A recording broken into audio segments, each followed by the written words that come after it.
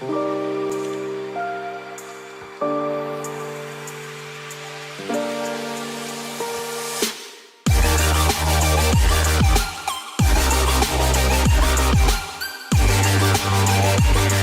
up, everybody? It's Chew Flocka back at it again with another Madden YouTube video. Today we are going to be doing the top 10 wide receivers. We've already done running backs and quarterbacks.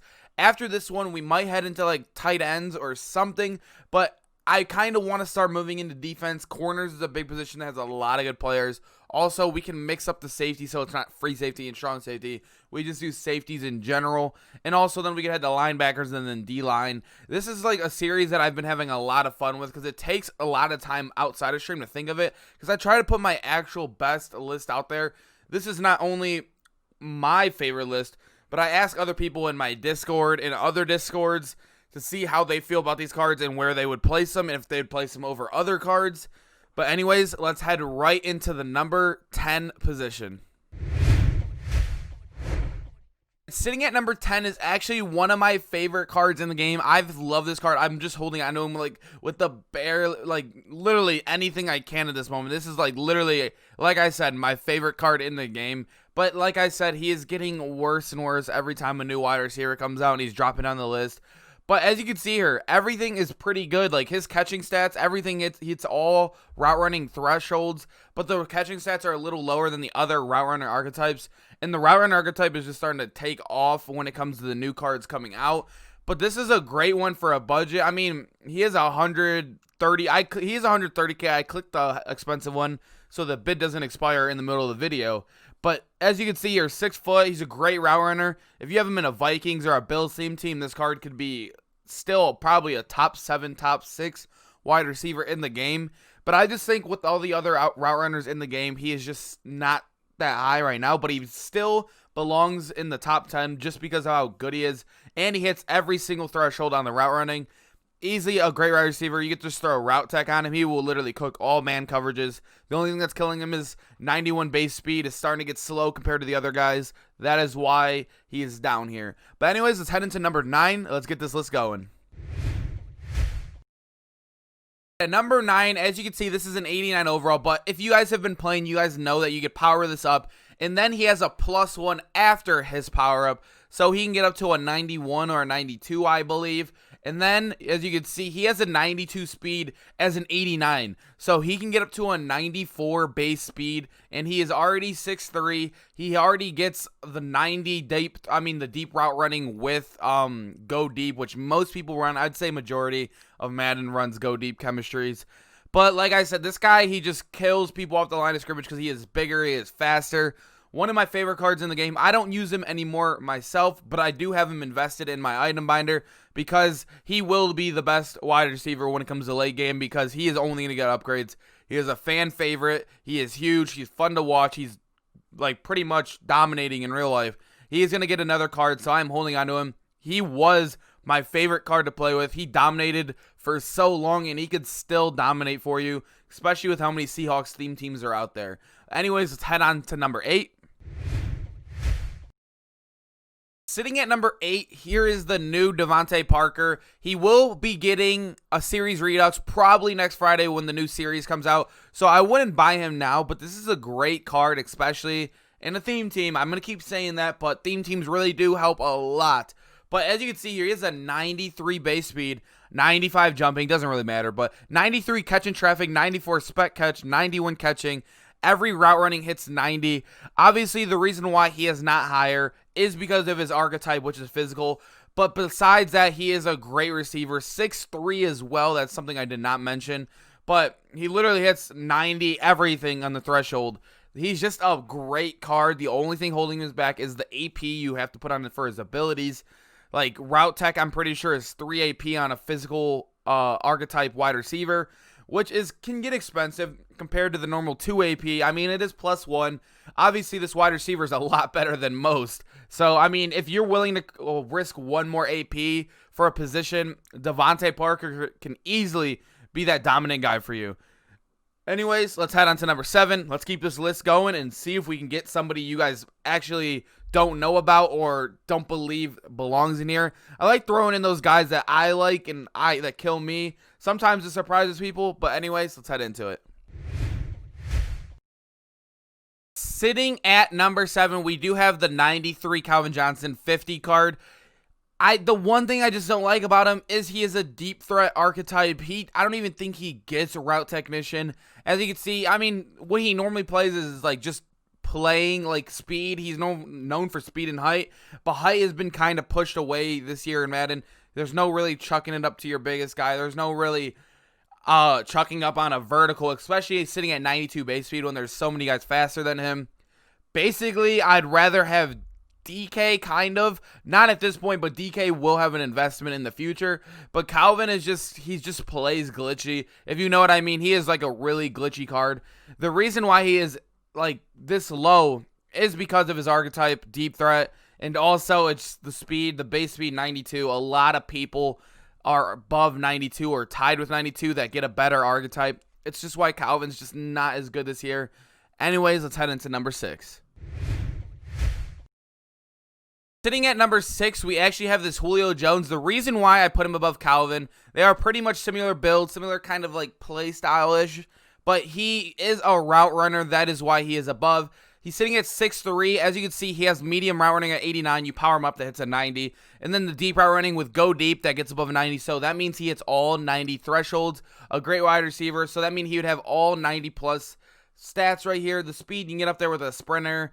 Obviously a power up. But the reason why I have him above is the route runner. He gets route tech for cheaper AP, which is a huge like plus on every single stat you could think of. A lot of people run abilities on their wide receivers, and a lot of people would rather have Julio than Calvin just because of the archetype. This is going to be a common thing you're going to see, a reason why there are a lot of lists that are like this and players aren't as good as in past years is because of the new archetype system and abilities in AP. That is the reason why Calvin Johnson isn't as dominant as he normally is in Madden. Anyways, let's head into the top 5. Let's get right into it. As we head into the top 5, we do have this 94 Devin Hester that actually came out yesterday for the new week of the 50. Like I said, a reason why is the archetype. He should be higher, but he is a returner. But he has a 95 base speed, and he hits the 90 deep rounding threshold without the power-up. This is a guy that you can go plug right in. You don't even need the power-up, which is sitting around 400K right now, which is completely absurd. That's why I don't have it myself. But anyways, if you could see his card, 5'11", I mean, you could put him at returner too. This is a guy that you could use at everything. He is glitchy when it comes to after the ball. Like, I've seen him literally return kicks. I mean, I've seen him take slants off of broken tackles all the way to the house. 94 speed is just insane. That's only a couple other players that have the same speed inside of Madden right now. That is why he is so good for me. And I don't know, I haven't returned any kicks with him yet, but I've seen like my average has been around like 35 yards return, which is pretty good for a returner. As you can see, Madden, I kind of think it's kind of like scripted on how you kick return. That's why I think like a higher overall returner does help it out, because it kind of puts in the algorithm. If you guys know what I'm talking about, that's how I feel about it. It feels like kick returns have no skill in it, only sometimes when you get a lucky juke or something. But other times you'll just have a gaping hole right down the middle and it's an easy touchdown. But anyways, Devin Hester's just one of those guys that's going to be your utility wide receiver. He could burn you down deep. He can get the ball in like a screen pass, a short slant, take it for another 15, 20 yards every single time. Just a really fun player to play with as well. He's sitting at 200K too. This is another card I grabbed just so the auction doesn't end while I'm streaming it or recording this. That is why he is expensive right here. But he is under 200K. A great card you can run without the power-up is easily Devin Hester. But anyways, let's head into number 4. At number 4, we actually have this Terry McLaurin card. He got released all the way before Halloween, and easily still one of my most favorite cards in the game. 93 base speed, which is insane. He does have a power-up as well, so he gets there. He already hits all 90 thresholds for route running. An insane card, 91 spec catch. The jumping, obviously, is not a big stat, so you see 87 there. That is not one you could worry about. He's just a great card. If you've played with him, you know how good he is. The deep threat archetype, I mean, he is a card that I run without abilities. That is how good he is. I have never seen a card dominate like him. like that early. They kind of released this card too early. If you release a card like this right now, people would still buy it. That's how good Terry McLaurin is, and he should be on most teams as his price keeps dropping. I grabbed the most expensive one, and he's sitting at 148K, and I feel like I'd still pay 150K for this card. So he's going for around like 110 to 120K. I don't know how much his power up is, but this is one almost everybody should have on their team if you don't have the top 3 guys I'm about to put up here. But like I said, 93 base speed, 90 threshold on all route running, an easily top 5 card in the game at wide receiver. There is no debating this one. Let's head into our top 3 and see if you guys agree with these 3. Sitting at number 3 is actually somebody that has been on my team since day one I've had he came out. He is easily my favorite card in the game right now. He's probably my go-to. He is my number 1 on my team as well. But as you can see here, 93 base speed. The reason why he is above Terry McLaurin is because of the archetype. Like I've been saying in the video, he has basically almost the same stats. Obviously a little bit higher spec catch and deep route running. But as you can see, the route runner archetype gets him route technician for only 2 AP. That is why he is better and has that higher step. Route technician is so good, especially on a route runner. It literally destroys man. You could literally have one guy with route tech and they'll be scared the whole game off of running man if you know how to run the correct plays and right plays. Chad Johnson has also been he's just great for me. He mosses people too whenever I make a mistake. And he's just been great for me. 6'1", a route runner. There's nothing much else you could ask for. Anyways, let's head on to our top 2. Sitting at number 2, this might even be a number 1 guy. I don't know because I have not played with him yet. But as you can see, he is sitting at 94 speed, 95 deep route running. Literally every stat is insane on this card. The only reason why I can't put him at number 1 is because I have not played with him yet or seen him. But as you can see, if you just looking at this card, he is easily the best card in the game. But I like I said, I haven't played with him. He is also a route runner that just makes him that much better. Like 95 deep running, short route running, 92. It's insane. And the catching is so high. And a base speed of 94. It's just insane how good they made this card. He should probably be on almost everybody's team if you can afford him. Or I don't know how much he's going for right now. Let's check real quick. He's going for 800K. I could check the market. This is one he literally just came out today. Like even 500K, if he drops below 500K, I might even buy him. That's how good his card is. Like I've never seen a wide receiver come out this early with this good of stats. But like I said, I'm not going to throw him there because there's tendencies in Madden where like who else came out? Lynn Swan, he came out. He had such like way better stats than everybody, but he had some really bad tendencies and he played really bad on the field. I don't know. He was just one of those cards a lot of people gave up on early because he was just not playing right. But Lance Allworth, easily a top 3 receiver regardless of how he plays in the field, just because of his stats and just how high his stats are this early in the game. But anyways, let's head on to our final and number 1 position. Number 1, I don't think this one came to shock for anybody, but it is going to be Tyreek Hill.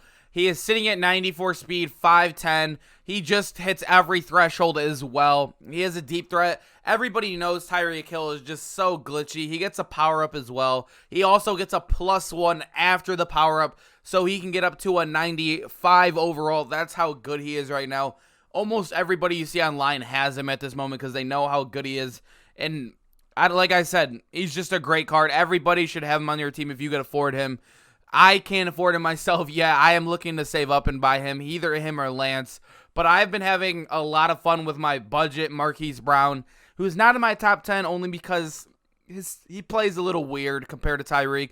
But Tyreek Hill is easily number 1. Let's see how Lance plays. Let me know if you guys have played with the new Lance card. I want to really see how that guy ranks up against Tyreek and if he really dominates like Tyreek does in Madden normally. But anyways, I hope you guys enjoyed this top 10 list. I am looking to get defense or tight ends up next. We'll see. It's going to be kind of a surprise because I actually have no clue what I'm doing yet. But anyways, I'll see you guys in the next one. Peace out.